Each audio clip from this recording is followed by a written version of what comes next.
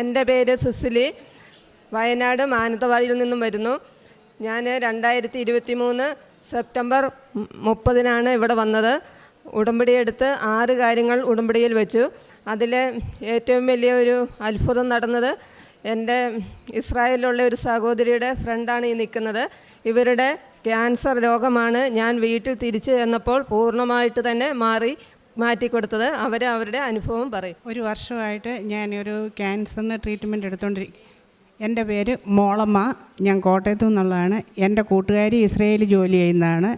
അവളാണ് അവളുടെ കൂട്ടുകാരിയോട് വിളിച്ച് പറഞ്ഞത്. ഞാൻ റൈസ് ട്യൂബ് ഇട്ട് കിടക്കുന്ന സമയത്ത് ആ ഫോട്ടോ കാണിച്ചാണ് പറഞ്ഞത്, ഇത് ഫോട്ടോ കൊണ്ട് അച്ഛനെ കാണിച്ച് പ്രാർത്ഥിക്കണം, എത്രയും പെട്ടെന്ന് സുഖമാകണമെന്നും പറഞ്ഞു. അപ്പോൾ എനിക്ക് റേഡിയേഷനൊക്കെ എടുത്തുകൊണ്ടിരിക്കുന്ന സമയത്ത് ആയിരുന്നതുകൊണ്ട് എനിക്ക് വെള്ളം പോലും ഇറക്കത്തില്ലായിരുന്നു.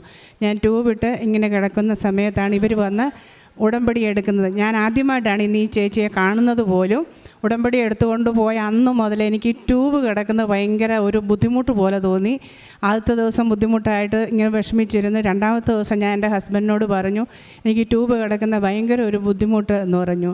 അന്ന് ഡോക്ടറെ അടുത്ത് പോകാൻ ദിവസങ്ങൾ ഇനി ഉണ്ടായിരുന്നു. പക്ഷേ അന്ന് രാത്രി 12 മണിയായപ്പോൾ ഞാൻ ഈ ട്യൂബ് ഞാൻ തന്നെ ഊരി. അത് കഴിഞ്ഞപ്പോൾ എനിക്ക് വേദനയ്ക്ക് കുറവ് വന്നു. ഞാൻ തന്നെ വെള്ളം കുടിക്കാൻ തുടങ്ങി. പക്ഷേ ഇപ്പോഴും എനിക്ക് യാതൊരു കുഴപ്പമില്ല. അത് കഴിഞ്ഞ് ഞാൻ ഡോക്ടറെ പോയി കണ്ടു. അപ്പോൾ എനിക്ക് 2 മാസം കൂടുമ്പോൾ ചെക്കപ്പേ ഉള്ളൂ, ട്രീറ്റ്മെൻ്റ് ഒന്നുമില്ല, മെഡിസിൻ ഇല്ല. എനിക്ക് പൂർണ്ണമായിട്ട് സൗഖ്യം തന്നു. അമ്മ സൗഖ്യം തന്നതായിട്ട് തന്നെയാണ് ഞാൻ വിശ്വസിക്കുന്നത്. ലിംഫോമ ആയിരുന്നു. ഇവിടെയാണ് ആദ്യം ഓപ്പറേഷൻ ചെയ്തത്. അത് പ്രൈമറി ആയിരുന്നു. അത് പ്രൈമറി ആദ്യം കണ്ടില്ല, ഇത് സെക്കൻഡറിയാണ് ഓപ്പറേഷൻ ചെയ്തിരിക്കുന്നത്. പക്ഷേ പിന്നീട് ഒന്നും ഉണ്ടായിട്ടില്ല. അമ്മ എനിക്ക് പൂർണ്ണ സൗഖ്യം തന്നതായിട്ട് ഞാൻ വിശ്വസിക്കുകയാണ്. എൻ്റെ കൂട്ടുകാരി വിളിച്ചു പറഞ്ഞു, ഇന്ന് കൃപാസനത്തിൽ വരും, നിങ്ങൾ രാവിലെ അവിടെ വരണം എന്ന് പറഞ്ഞു. ഞാൻ ഇന്നിവിടെ വന്നപ്പോഴാണ് ആദ്യമായിട്ട് എൻ്റെ ഈ കൂട്ടുകാരിയെ കാണുന്നത് പോലും. മാതാവിന് 1000 കോടി നന്ദി പറയുന്നു. വീണ്ടും എനിക്ക് 3 കാര്യങ്ങളും കൂടെ മാതാവ് ചെയ്തു തന്നു. പക്ഷേ എനിക്ക് ഏറ്റവും വലിയത് വീട്ടിൽ ചെന്നപ്പോൾ ഇവരുടെ അസുഖം കുറഞ്ഞു എന്ന് പറഞ്ഞപ്പോൾ എൻ്റെ കാര്യങ്ങൾ ഇനി നടന്നില്ലെങ്കിലും എനിക്ക് അത്രയേറെ സന്തോഷകരമായിരുന്നു. അത് കഴിഞ്ഞ് മാതാവ് എനിക്ക് 3 കാര്യങ്ങൾ നടത്തി തന്നത്. എൻ്റെ കൂടെ അന്ന് 2 മക്കളും പോന്നിട്ടുണ്ടായിരുന്നു, ഇന്ന് ഒരാളും വന്നിട്ടുണ്ട്. അപ്പോൾ മകൾ സോഫ്റ്റ്വെയർ എഞ്ചിനീയർ ആയിരുന്നു. 2 വർഷം കഴിയുമ്പോൾ കമ്പനി മാറി കയറിയാൽ നല്ല സാലറി കിട്ടുമെന്ന് പറഞ്ഞ് ജോലി റിസൈൻ ചെയ്തായിരുന്നു.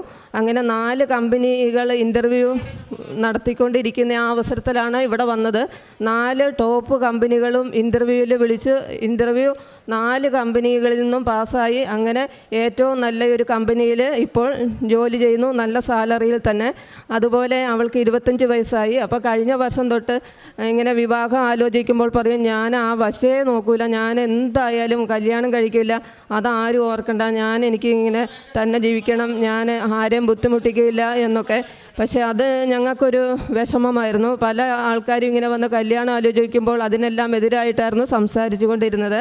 അങ്ങനെ ഞങ്ങൾ മിനിങ്ങാന്ന് ഇങ്ങോട്ടുള്ള ബസ് ബുക്ക് ചെയ്ത് ഉടമ്പടി പുതുക്കാനും ഈ സഹോദരിയെ ഇങ്ങോട്ട് വിളിക്കാനും വേണ്ടി ഞാൻ ബസ് ബുക്ക് ചെയ്ത് ഇവരെയും വിളിച്ചപ്പോൾ അന്ന് മോള് ലീവിന് എങ്ങനെയോ 2 ദിവസത്തെ ലീവിന് വന്നിട്ടുണ്ടായിരുന്നു, ഇപ്പോൾ വീട്ടിലുണ്ട്. അങ്ങനെ വിവാഹത്തെപ്പറ്റി സംസാരിച്ചപ്പോൾ പറഞ്ഞു, അമ്മയ്ക്ക് എപ്പോഴും ഇത് തന്നെയുള്ളൂ, എന്നാൽ ഒരു കാര്യം ചെയ്യാം, വരുന്ന വർഷം നമുക്ക് ആലോചിക്കാമെന്ന്. എങ്കിലും അതിനോടൊരു താല്പര്യം വന്നു. അത് ഞാൻ ഉടമ്പടിയിൽ വെച്ചു.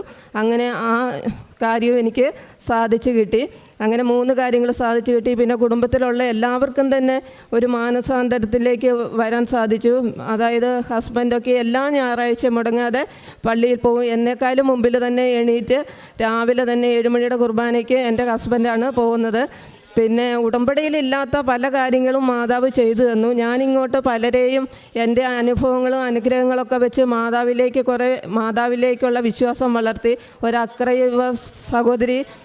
ക്രൈസ്തവ സഹോദരി അവൾക്ക് ഒരു ഷെട്ടിലായിരുന്നു ജീവിച്ചുകൊണ്ടിരുന്നത്. വീടെന്നുള്ള സ്വപ്നം കുറേ വർഷങ്ങളായിട്ട് പേറിക്കൊണ്ട് നടന്നിരുന്ന ഒരു കൂട്ടുകാരി തന്നെയായിരുന്നു. അവളെ ഞാൻ ഈ കൃപാസനത്തിലെ കാര്യം പറഞ്ഞു കൊടുത്തു. അവൾ പ്രാർത്ഥിക്കാൻ തുടങ്ങി. ഇവിടെ വന്ന് ഉടമ്പടി എടുത്ത് 90-ാമത്തെ ദിവസം മനോഹരമായ ഒരു വീട് അവൾക്ക് ലഭിച്ചു. അവൾ നാളത്തെ കഴിഞ്ഞ് ഇവിടെ സാക്ഷ്യം പറയാൻ വരും.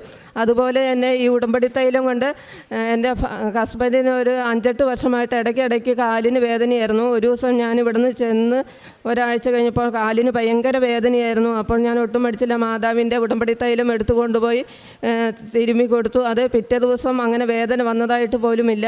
അതേപോലെ ഹസ്ബൻഡിൻ്റെ ചേട്ടൻ്റെ കൊച്ച് ഒരു 4 വയസ്സായതാണ്. താഴെയുള്ള വീട്ടിൽ നിന്നും അത്ര ഒച്ചയിൽ കാലുവേദനയാണെന്നും പറഞ്ഞ് കരഞ്ഞു. അങ്ങനെ ആ മകനും ഞാൻ ഈ ഉടമ്പടി തൈലം കൊണ്ട് തേച്ചു, കാലുവേദന പോയി.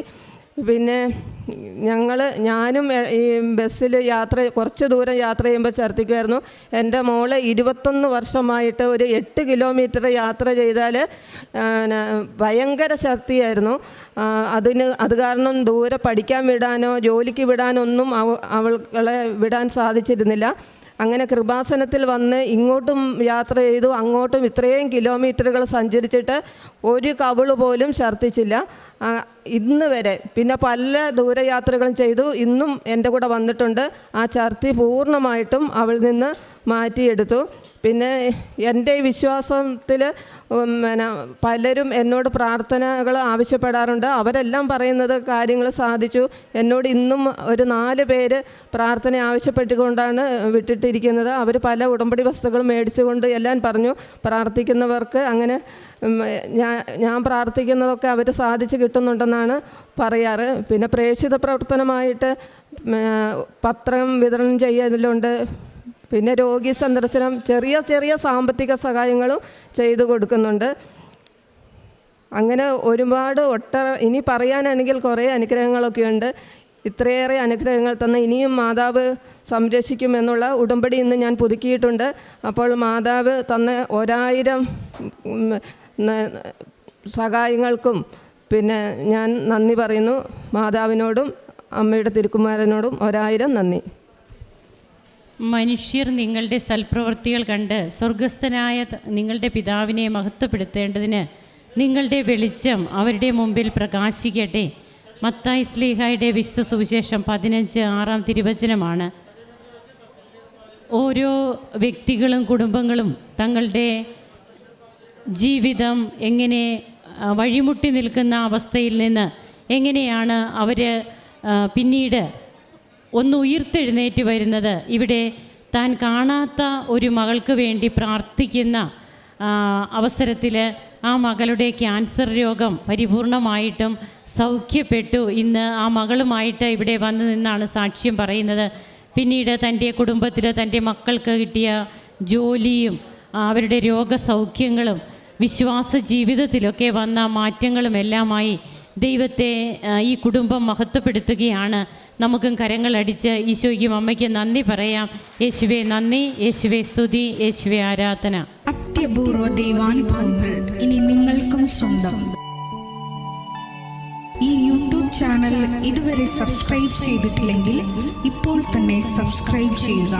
ഈ വീഡിയോ ഇപ്പോൾ തന്നെ നിങ്ങളുടെ സുഹൃത്തുക്കൾക്ക് ഷെയർ ചെയ്തുകൊണ്ട് കർത്താവിൻ്റെ പ്രേക്ഷിതരാകുക.